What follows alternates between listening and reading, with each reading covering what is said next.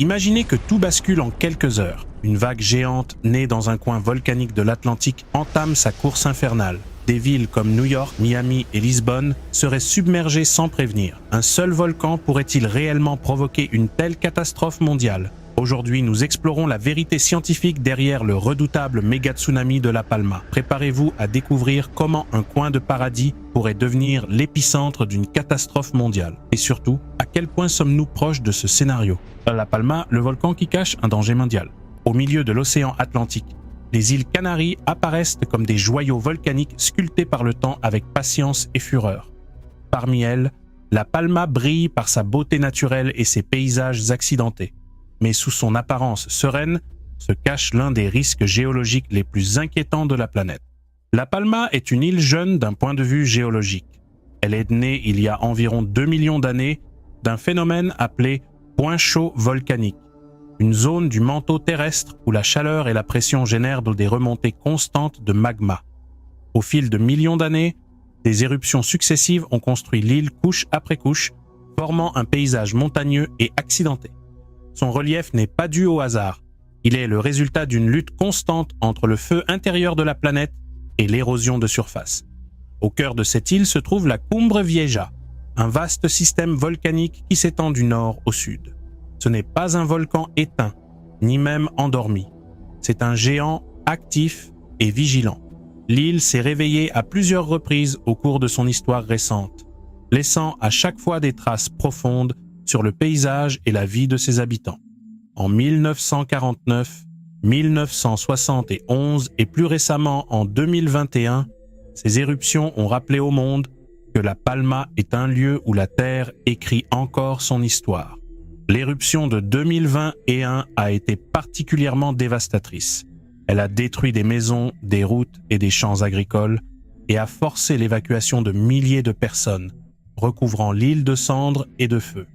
Mais le danger qui nous guette aujourd'hui n'est pas seulement une éruption de surface. Il s'agit de quelque chose de bien plus profond, plus invisible et plus redouté par les scientifiques. L'instabilité structurelle de l'île elle-même. La Palma est constituée de pentes extrêmement abruptes. La croissance rapide du volcan a créé des pentes jeunes et encore instables, dont la résistance est constamment mise à l'épreuve par les forces de gravité, l'érosion et les tremblements de terre locaux. De plus, l'eau, qu'elle provienne de la pluie, de l'océan ou de sources souterraines, a pénétré les couches de roches volcaniques pendant des siècles, affaiblissant leur cohésion par des réactions chimiques qui fracturent lentement l'intérieur du volcan. La zone la plus critique est le flanc ouest du Cumbre Vieja, qui fait face à l'océan Atlantique. Le terrain y a montré des signes inquiétants de fragilité. Lors de l'éruption de 1949, les géologues ont observé une fissure massive de plus de 2 km de long descendant le long du flanc ouest. Cette fissure, appelée faille du Cumbre Vieja, n'est pas une simple fissure de surface. C'est un avertissement géologique. La preuve qu'une partie substantielle du volcan pourrait glisser dans l'océan si les conditions favorables se présentaient. Les craintes des scientifiques ne sont pas nouvelles.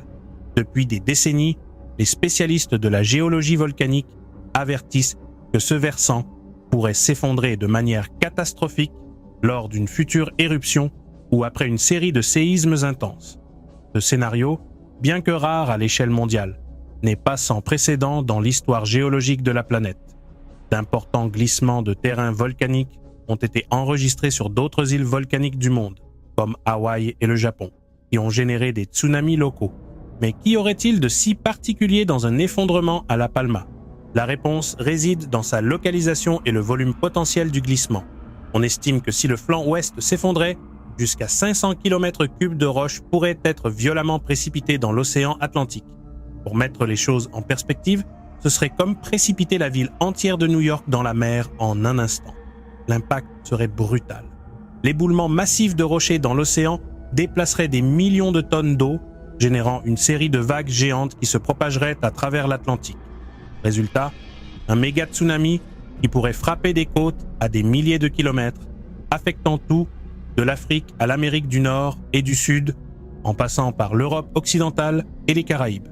Il est important de préciser que, bien que ce scénario soit potentiel, il n'est pas inévitable. Les scientifiques continuent d'étudier l'île et de surveiller ses mouvements. Cependant, l'hypothèse est suffisamment plausible pour avoir suscité des débats mondiaux sur la nécessité de la vigilance et de la préparation aux phénomènes naturels extrêmes, car La Palma, bien que petite, pourrait être l'épicentre d'une catastrophe sans précédent dans l'histoire moderne. Et la question demeure, sommes-nous vraiment préparés? Si vous êtes passionné par la compréhension des secrets cachés sous nos pieds et par l'anticipation des risques qui pourraient changer le cours de l'histoire, abonnez-vous dès maintenant. Vous pourrez ainsi continuer à explorer avec nous les mystères les plus inquiétants de la nature. Des mégavagues traversant l'Atlantique, le scénario redouté par les scientifiques. Lorsqu'on parle de tsunami, on pense souvent à des images comme le tsunami de 2004 dans l'océan Indien ou celui de 2011 au Japon, des catastrophes localisées. Cependant, ce que les scientifiques craignent à La Palma n'est pas un tsunami ordinaire. Il s'agit d'un méga-tsunami, une vague si grande et puissante qu'elle n'affecterait pas seulement une seule région, mais balayerait également un océan entier, frappant les côtes de continents lointains avec une force inouïe. L'hypothèse de ce scénario a été émise par les géologues Stephen Ward et Simon Day en 2001. À l'aide d'un modèle scientifique basé sur des simulations informatiques et des analyses géologiques, ils ont proposé un scénario alarmant. Lors d'une future éruption du volcan Cumbre Vieja, son flanc ouest pourrait s'effondrer soudainement. Selon leurs estimations, environ 500 km3 de matériaux rocheux glisseraient dans l'océan Atlantique. Pour saisir cette ampleur, imaginez plus de 200 millions de piscines olympiques jetées à la mer en quelques minutes. Le déplacement d'un tel volume de roches engendrerait une perturbation massive à la surface de l'océan. L'énergie libérée équivaudrait à l'explosion simultanée de plusieurs milliers de bombes nucléaires sous l'eau. Cette énergie ne disparaîtrait pas, mais se transformerait en une série de vagues gigantesques se déplaçant à des vitesses approchant les 800 km/h, comparables à la vitesse d'un avion commercial, se propageant sans entrave à travers l'Atlantique. Les premières zones touchées seraient les îles Canaries et la côte nord-ouest de l'Afrique. Selon les modèles de Ward et Day, les vagues pourraient atteindre jusqu'à 100 mètres de hauteur dans ces zones proches, dévastant villes côtières, ports de pêche et zones touristiques en quelques minutes. Ces communautés n'auraient pas le temps d'évacuer. La dévastation serait immédiate et totale. Mais la véritable terreur de ce scénario ne se limite pas aux environs de La Palma. Ce qui est inquiétant, c'est la portée mondiale de ces vagues. Les modèles prédisent que, même si les vagues perdraient de leur énergie en s'éloignant de leur source, elles conserveraient une hauteur dévastatrice en atteignant l'Europe et les Amériques. Des côtes comme Lisbonne, Cadix, Bordeaux, Casablanca et Agadir pourraient recevoir des vagues de 10 à 25 mètres seulement 3 à 5 heures après l'effondrement, une menace potentiellement mortelle pour des villes entières, des infrastructures portuaires et des zones urbaines historiques non conçues pour résister à une telle attaque océanique. Au-delà de l'Atlantique Est, le temps continuerait de s'écouler, mais le danger ne diminuerait pas. Après 8 à 10 heures, les vagues atteindraient la côte est de l'Amérique du Nord et du Sud. Des villes comme New York, Boston et Miami, qui comptent des millions d'habitants vivant au niveau de la mer, seraient exposées à des vagues atteignant jusqu'à 20 mètres. En Amérique du Sud, les régions côtières du Brésil, du Venezuela, de la Colombie et des Caraïbes pourraient subir des conséquences similaires, en particulier dans les zones vulnérables aux basses altitudes et à la forte densité de population. L'impact ne serait pas seulement humain. L'économie mondiale en subirait immédiatement les conséquences.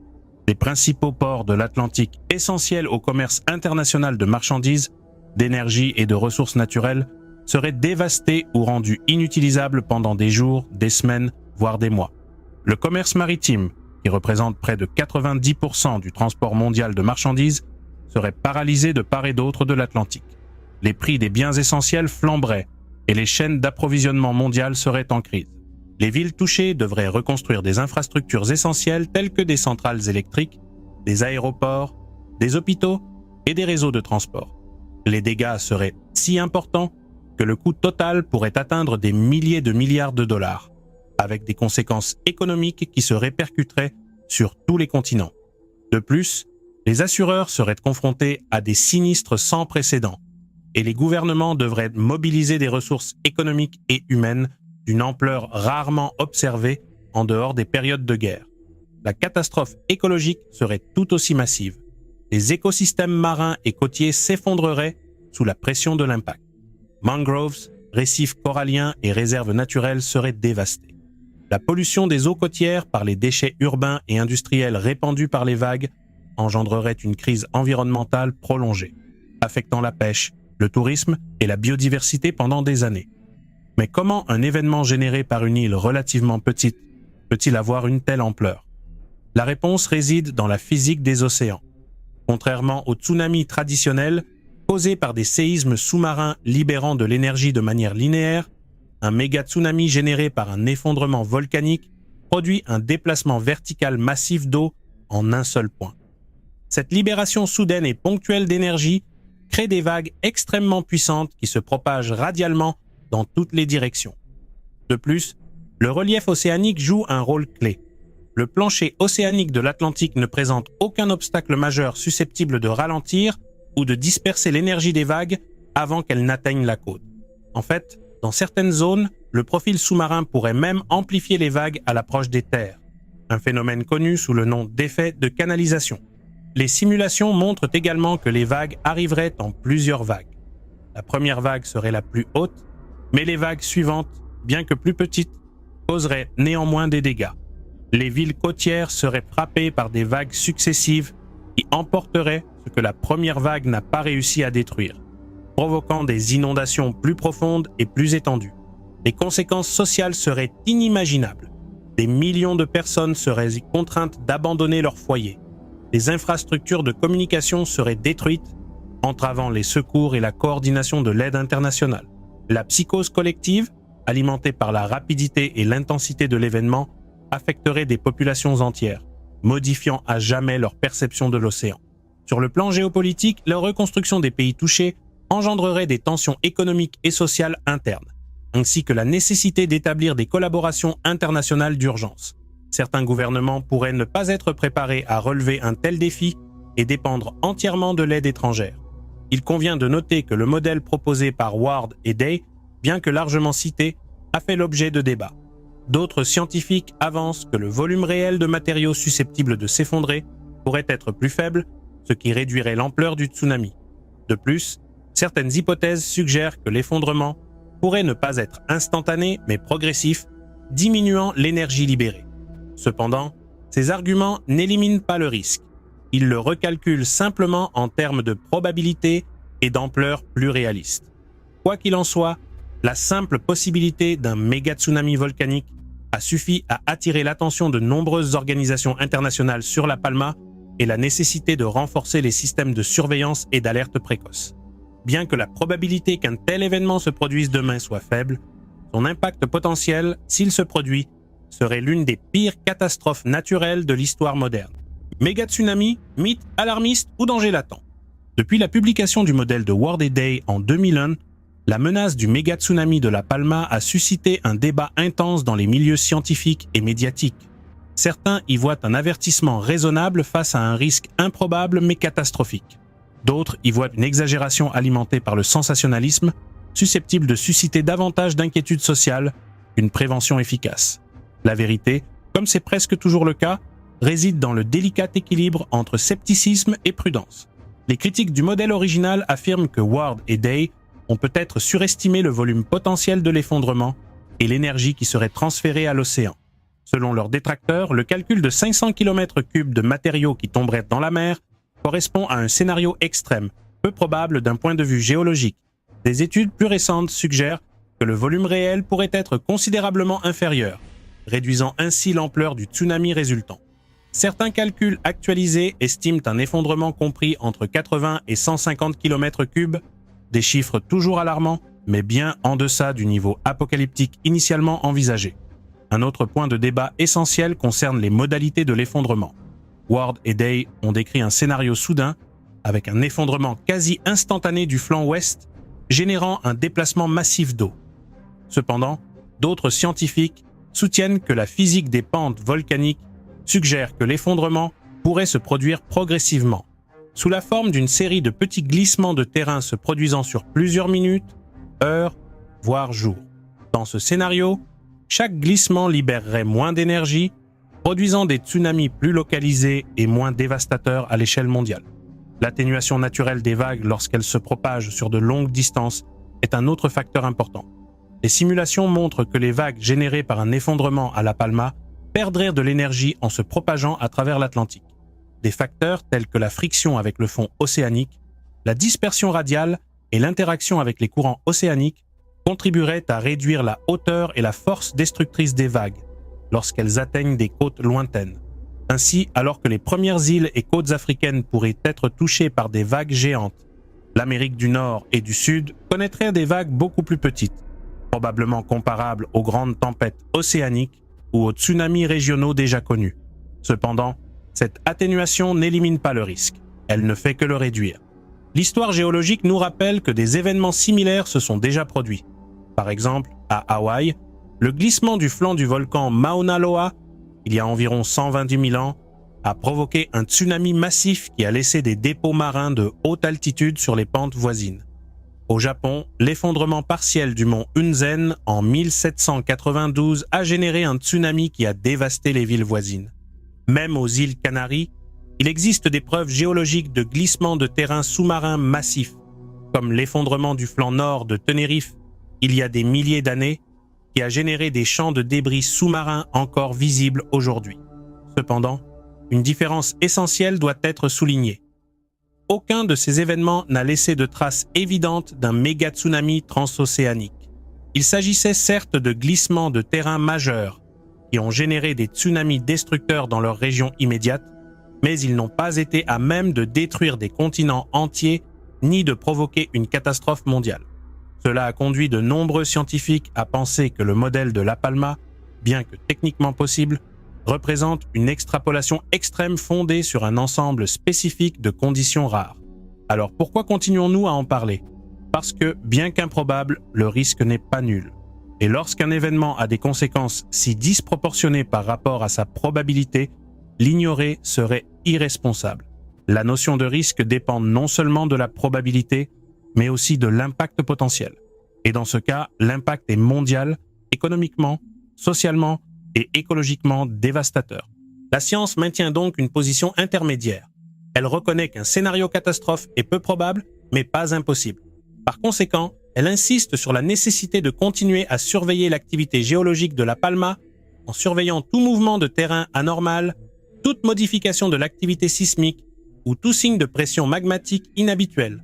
La technologie actuelle permet de mesurer au millimètre près les mouvements du sol à l'aide de satellites GPS et radars, ainsi que de détecter de petites déformations à la surface du volcan qui pourraient annoncer un effondrement. Malgré les progrès, d'importantes limites subsistent. Les processus volcaniques et gravitationnels sont chaotiques et imprévisibles. Un effondrement catastrophique pourrait survenir sans avertissement clair ou prendre des siècles, les signaux actuels étant insuffisants pour le prédire avec certitude. Pendant ce temps, la vie perdure grâce au fragile équilibre qui soutient La Palma. L'incertitude scientifique se traduit par un dilemme pratique. Comment les populations côtières de deux continents peuvent-elles se préparer à un événement qui pourrait ne jamais se produire, mais qui, s'il se produit, changerait l'histoire de l'humanité?